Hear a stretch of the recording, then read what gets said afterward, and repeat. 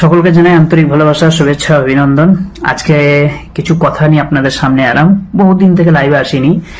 কথাটা হলো যে গরু বিষয় নিয়ে সারা পশ্চিমবাংলা নিউজ থেকে, এপিবি আনন্দ থেকে, নিউজ 10 বাংলা থেকে, যেখানে ইন্টারন্যাশনাল নিউজ রয়েছে সেগুলো থেকে, যে পশ্চিমবাংলার মতন জায়গাতে গরু নিষিদ্ধ হয়ে গেছে। ক্ষতিটা কার? আমাদের ক্ষতি, কোনো অসুবিধা নেই।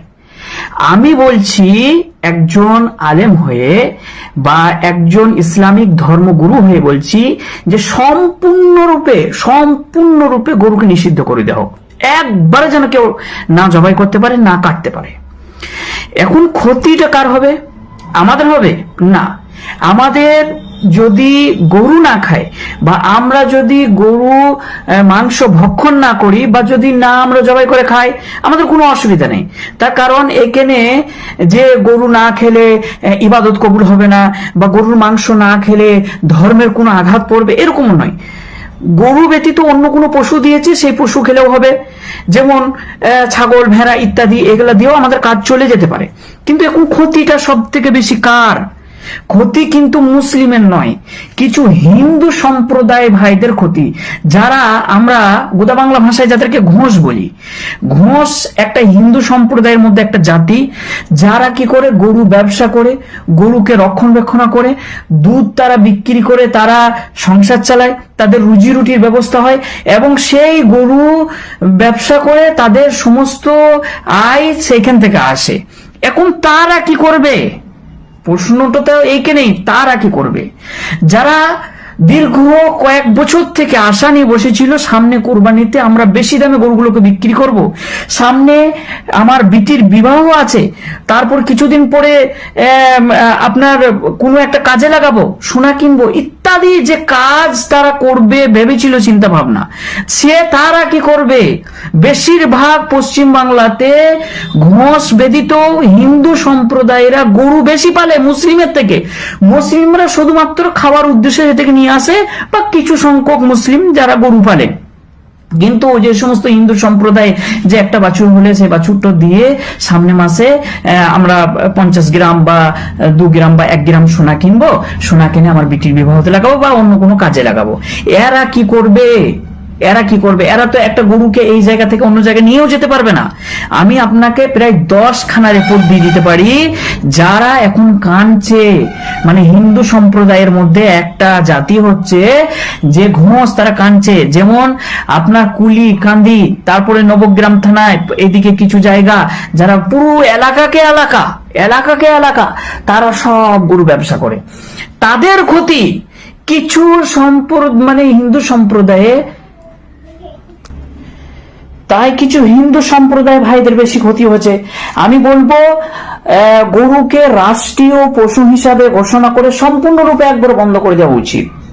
কারণ রাষ্ট্রীয় পশু হলে তো তাকে কেউ জবাই করবে না, সবাই সম্মানই করবে আশা করছি।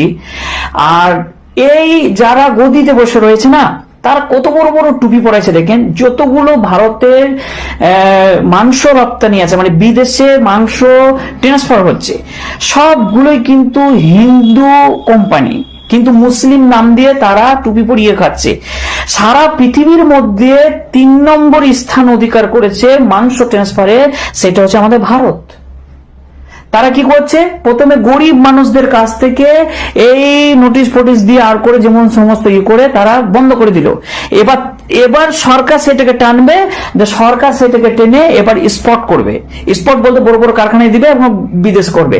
যদি গরু মাতাই হয় তাহলে সেটা সম্পূর্ণরূপে নিষিদ্ধ করছেন না কেন? আপনারা করুন না, কোনো অসুবিধা নেই।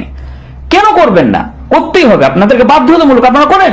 এটা আমরা চাই যে তারা আপনারা রাষ্ট্রীয় মাতা হিসেবে পরিচয় হোক, কিন্তু সেটা না করে আপনার গরিবদের হক গুলোকে খাচ্ছেন, গরিবদেরকে আপনারা মারছেন।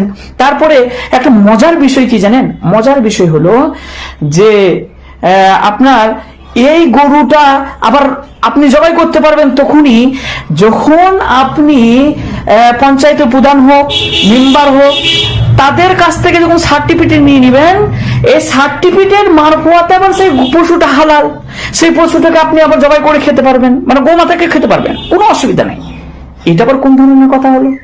গৌমাতাকে একদিকে বলছেন যে সম্পূর্ণরূপে নিষিদ্ধ, আবার একদিকে সার্টিফিকেট দিচ্ছেন, আবার অনলাইনেও দেখছি সার্টিফিকেট দিচ্ছেন, সেই সার্টিফিকেটের মারফতে গরু ট্রান্সফার হবে, গরু খেতে পারে, কোনো অসুবিধা নেই। এটা সম্পূর্ণ তো একটা ভাঁওতাবাজি ছাড়া কিছুই নয়। এটাকে ট্রেন্ডিং এ রাখছে মানুষ, যেটা ভেবে সরকারকে আনছে সেটা কাজ করছে না। মানুষ ভেবেছিল যে এসে 50,000 ব্যক্তিকে চাকরি দিবে, 50,000 যুবক যুবতীকে চাকরি দিবে। আসার পর কি করলো? সাধারণ মানুষের পুঙ্গায় বাঁশ ভরে দিল। কি বাঁশ ভরলো? আসার পরে 2 সপ্তাহের মধ্যেই তেলের দাম বাড়িয়ে দিল। আরে যারা খেটে খায়, যারা প্রতিদিন 4 চাকা দেয়, যারা মোটরসাইকেলে যাতায়াত করে এখান থেকে সেখানে কাজে যায়, তাদের জন্য 10 টাকাটা অনেক। কারণ 10 টাকার তাদের একটা টিফিন খরচা হবে। কেন আপনারা বুঝছেন না? সাধারণ মানুষ কেন বুঝছেন না? আসার শুরু প্রথমে মাস, তারপরে গ্যাসের দাম বাড়লো, তারপরে আপনার কিছু কিছু সবজির দাম বেড়েছে, কিছু কিছু ট্রান্সপোর্টের মাল যেগুলো বিদেশ থেকে আছে তার দাম বেড়েছে। এগুলোর প্রতি কোনো খেয়াল নাই। খেয়াল এখন গরু এখন নিষিদ্ধ করতে হবে। আর যত সংখ্যক এই আন্দোলন করছে হিন্দু সম্প্রদায়, যেটা নিচু জাতি, তারা করছে। আর মুসলিম সম্প্রদায়ের কিছু কুলাঙ্গার, তারা এই মুসলিমটাকে ক্ষতি করছে।